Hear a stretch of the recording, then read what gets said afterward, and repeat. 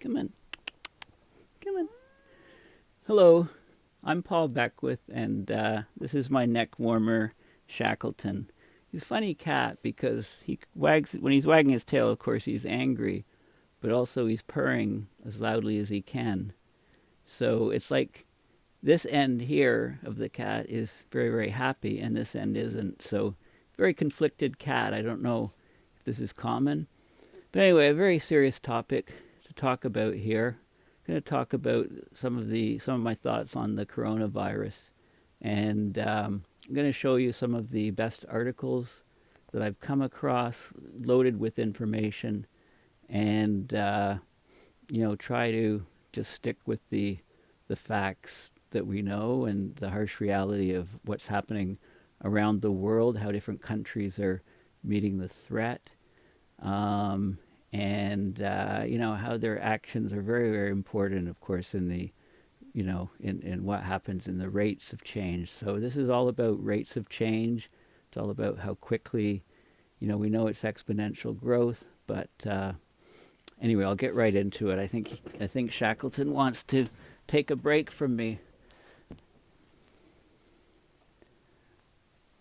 Okay, so just show you what I'm going to talk about here. So this is my website, paulbeckwith.net. Please check it out, and please consider donating to support my work.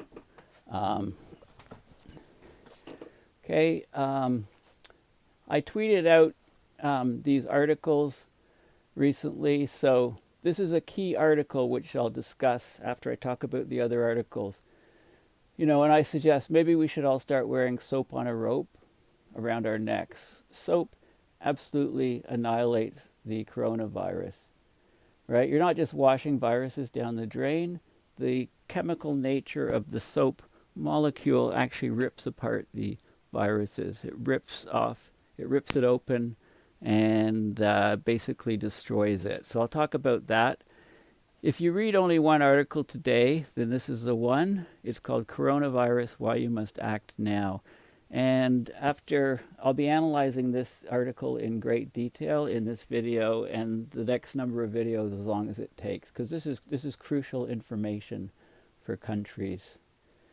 So those are the key things that I tweeted out. Of course, if you go on Twitter and look at the hashtag coronavirus, you can get all the top and the latest things, and it's changing hourly, as you know.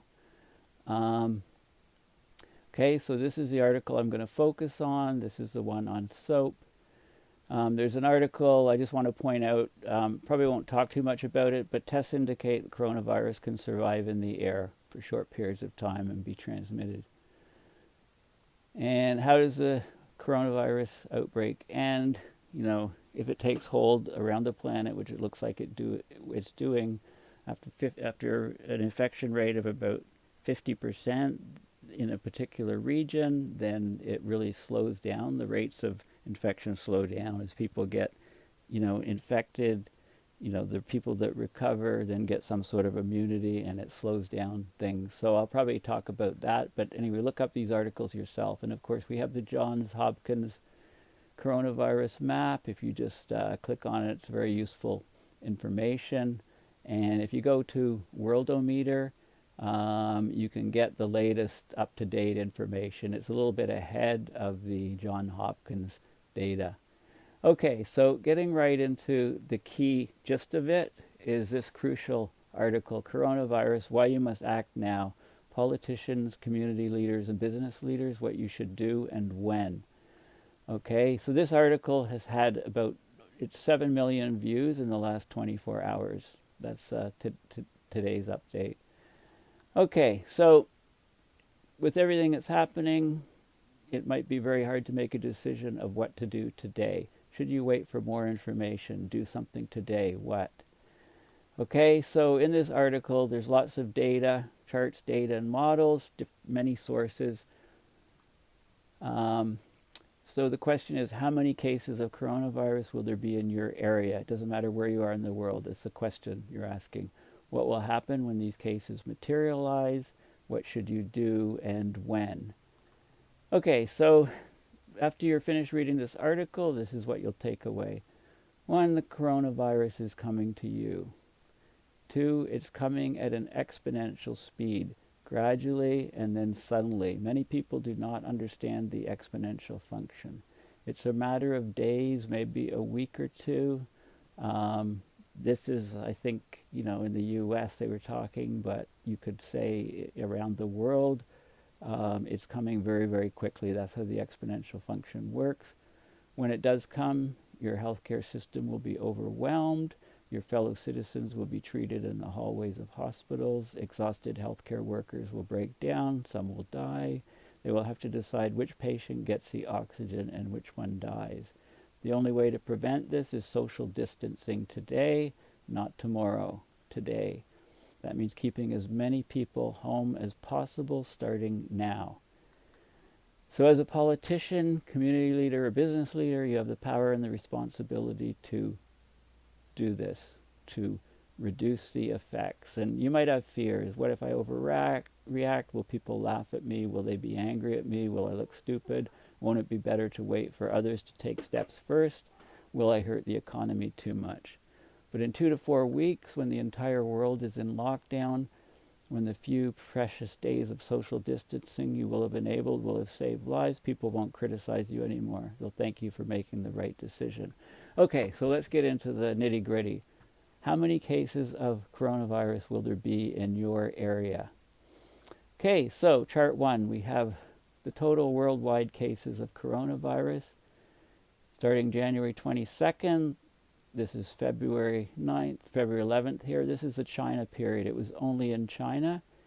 This is the pandemic period here, where it's spreading to countries all around the world. So the total number of cases grew exponentially until China contained it. Then it leaked outside, and now it's a pandemic that nobody can stop.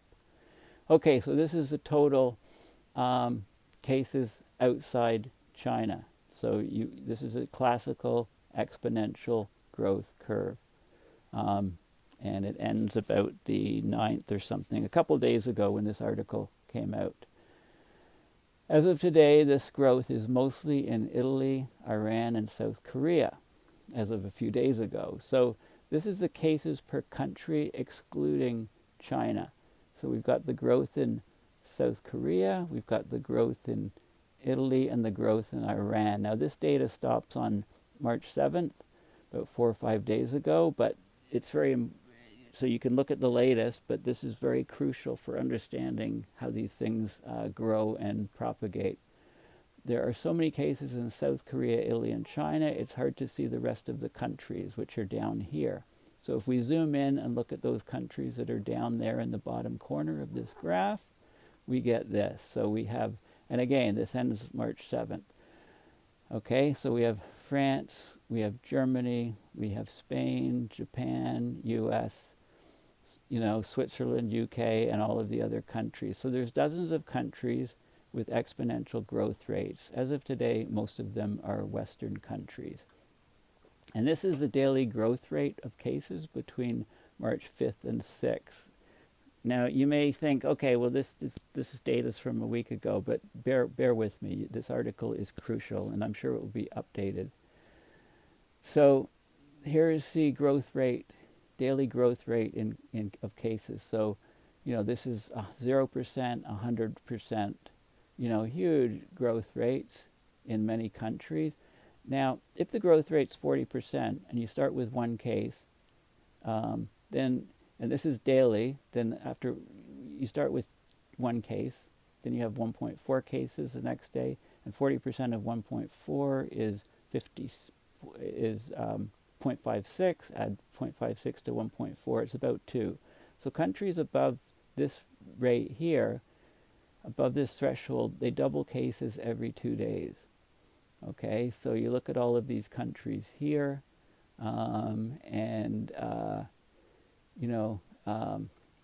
you can see countries here, and these are countries that are well below the growth rate. If you keep up that type of growth rate for just 1 week, this is what you get. Okay, so France, USA. So the US here, 9th, 10th, 11th, 12th, 13th, 14th, 14th, almost 8,000 cases projected. And this was from a few days ago, so this is tracking, we've got all these countries here. If you want to understand what will happen, you need to look at the cases that have already gone through this. So we need to look at what happened in China and Eastern countries with SARS experience and Italy. Okay, so China. And this is a very, very crucial chart. Okay, it's important to understand what this is. So the gray bars are true new cases. Okay, true new cases. How do we get true new cases? Because people get infected and they don't spread, and they don't have any symptoms, but they still spread.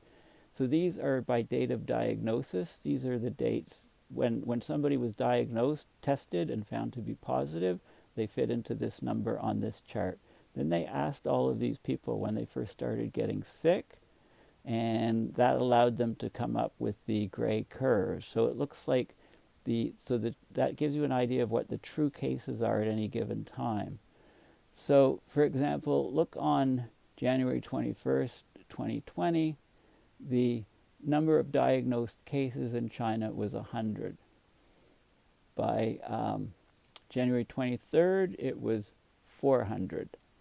But the true cases on January 21st, when the diagnosed was 100, were more like 1,500. On January 23rd, when there were 400 people known to have the virus, the true cases was 2,500 people. Okay, so you can project that in your own country. When you know the diagnosed cases, you can work backwards and see those type of numbers. So this is one of the most important charts. Okay, so the gray bars, like I said, show the true daily cases. The Chinese CDC found that these by asking patients during the diagnostic when their symptoms started.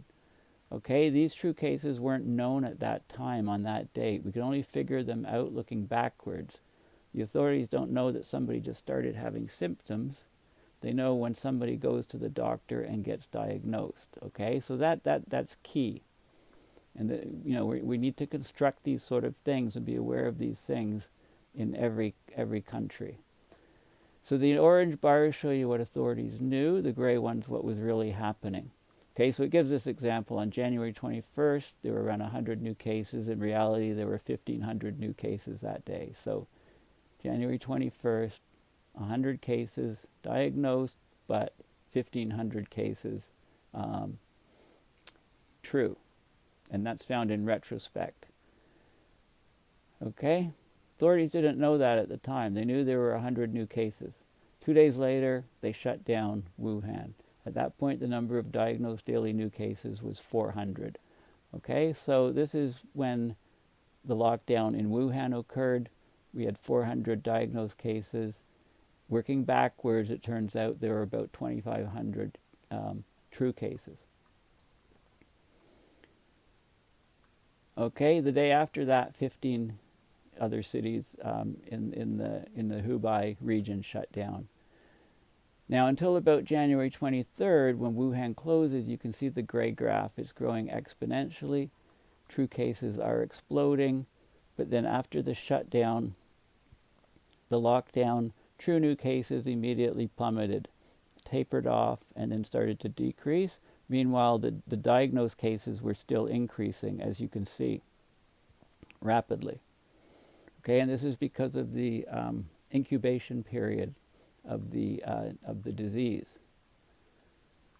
Okay, on January 24th, when 15 other cities shut down, the number of true cases ground to a halt.